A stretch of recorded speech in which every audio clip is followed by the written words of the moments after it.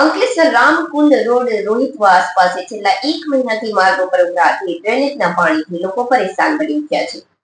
તીર્થ ક્ષેત્રે જતા ભક્તોને દૂષિત પાણીમાંથી પસાર થવાની ફરજ પડી રહી છે. મૃતક પ્રસંગે પણ લોકો દૂષિત પાણી પસાર થઈ અંતિમ યાત્રા કઢાવવી પડી રહી છે. પાલિકાને છેલ્લા 4 દિવસથી ફરિયાદ કરવા છતાં નિરાકરણ નહીં આવતા સ્થાનિક રહીશોમાં ભારે આક્રોશ જોવા મળી રહ્યો છે. પાલિકા ડ્રેનેજ વિભાગની નિંદ્રાધીન નીતિને લઈ લોકોમાં ઉકળતો ચરો જોવા મળી રહ્યો છે. અંકલેશ્વર રામકુંડ તીર્થને જોડતા રામકુંડ પંચાયતી બજાર માર્ગ પર રોહિતવાસ પાસે છેલ્લા 1 મહિનાથી ડ્રેનેજ પાણી ઉભરાઈ રહ્યા છે.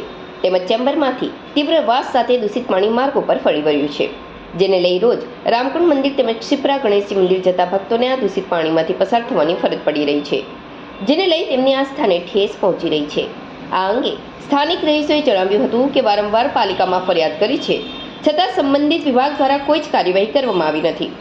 સ્વચ્છ અંકલેશ્વરની વાત માત્ર કાગળ પર અને બોલીમાં જ પાલિકાની જોવા મળી રહી છે.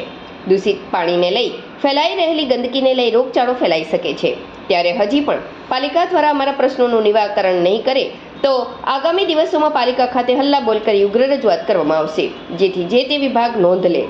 અત્રે ઉલ્લેખનીય છે કે પાલિકાના ડ્રેનેજ વિભાગ સામે વારંવાર ફરિયાદ કરાઈ રહી છે.